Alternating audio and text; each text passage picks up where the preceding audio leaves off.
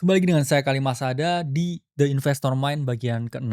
Di sini kita akan menjelaskan lebih dalam mengenai margin of safety. Jadi sebelum video ini dimulai, video ini hanyalah video edukasi untuk membantu teman-teman menerapkan personal finance yang lebih baik. Sebenarnya udah pernah disinggung nih mengenai margin of safety. Di mana secara konsep kita membeli sesuatu di bawah ya fair value yang ada supaya nanti ada margin of error ketika harga ini kembali turun atau lebih under value lagi.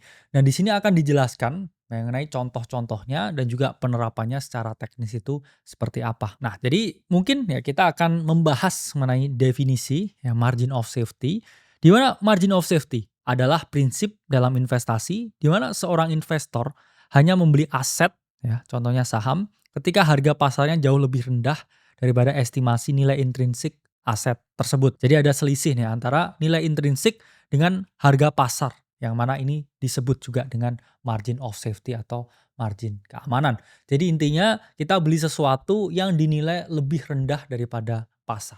Jadi gimana sih rumus dari margin of safety? Jadi margin of safety itu dihitung dengan nilai intrinsik dikurangi harga pasar dibagi nilai intrinsik dikali dengan 100. Jadi konsep ini merupakan konsep yang memang dipakai oleh Warren Buffett dan juga Charlie Munger, sehingga estimasi ya nilai intrinsik mereka ini nggak meleset ya terlalu jauh ketika ada goncangan pasar. Karena banyak sekali ya market itu terjadi kepanikan ya, contohnya COVID ya, krisis 2008, krisis 98 dan koreksi-koreksi ya, kita ngomong Black Swan event, sehingga ketika mereka membeli ya itu masih ada margin of safety-nya. Ada potensi kalau dia lebih turun lagi, ya kita masih sedikit tercover ya drawdown-nya daripada ketika kita membeli di atas harga pasarnya atau di atas harga intrinsiknya. Jadi jangan membeli sesuatu yang over value, kita beli mending sesuatu yang under value dan lebih baik menunggu. Jadi apa sih pentingnya memiliki margin of safety? Pertama udah dijelaskan ya, bantalan dari potensi kerugian. Karena seringkali di market itu ada event-event tertentu ya, kita ngomong Black Swan,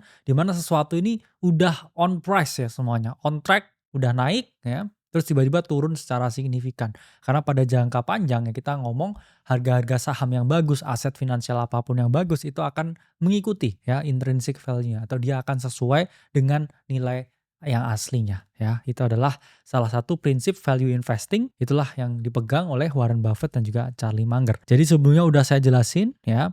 Jadi kita melakukan pembelian itu di bawah ya fair value-nya, dan ini selalu ya kita kasih ruang ya batas dari error ya, margin of error atau potensi dari error ini. Kemudian ya kita harus disiplin melakukan valuasi, karena harga suatu aset itu di waktu tertentu, di keadaan tertentu itu berbeda. Karena ada matriks-matriks tertentu ya, kadang dia nggak perform, kadang dia sangat perform.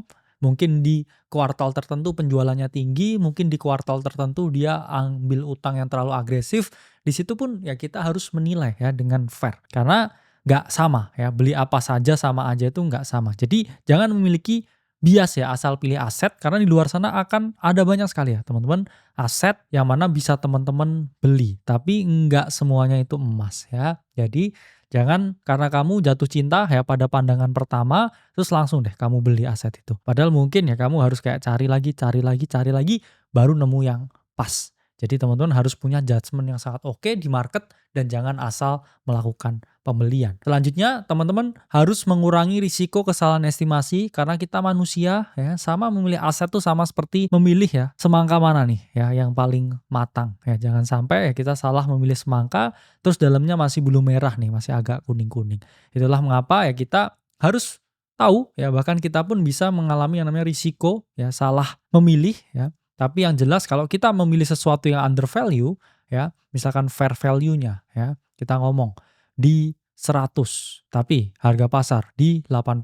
Ini sesuatu yang under value ya. Ini jauh lebih oke dibeli daripada sesuatu yang misalkan ya ini fair value-nya sebenarnya 80 tapi market price-nya ini 100. Ini adalah sesuatu yang nggak cocok, nggak oke untuk kita beli. Selanjutnya gejolak pasar yang luar biasa. Saya ngomong ya tadi COVID-19 itu menyebabkan ya harga saham yang awalnya di sini menjadi seperti ini. Memang ya banyak yang recover, tapi kalau kita lihat indeksnya memang recover, tapi individual stocks-nya itu banyak yang enggak. Ya banyak sekali saham yang quotes on quotes ya dibilang bagus, tapi setelah COVID-19 ya itu dia malah enggak perform lagi. Jadi perusahaan kena guncangan ya secara sektor dia terdampak, harga saham juga turun, confident-nya udah balik lagi, ya secara internal bermasalah, dan akhirnya sahamnya itu nggak perform sama sekali. Jadi untuk retail, apa sih pelajaran yang bisa kita ambil, bisa kita dapetin? Pertama, capital preservation is key. Lebih baik nggak untung daripada kita ada potensi rugi.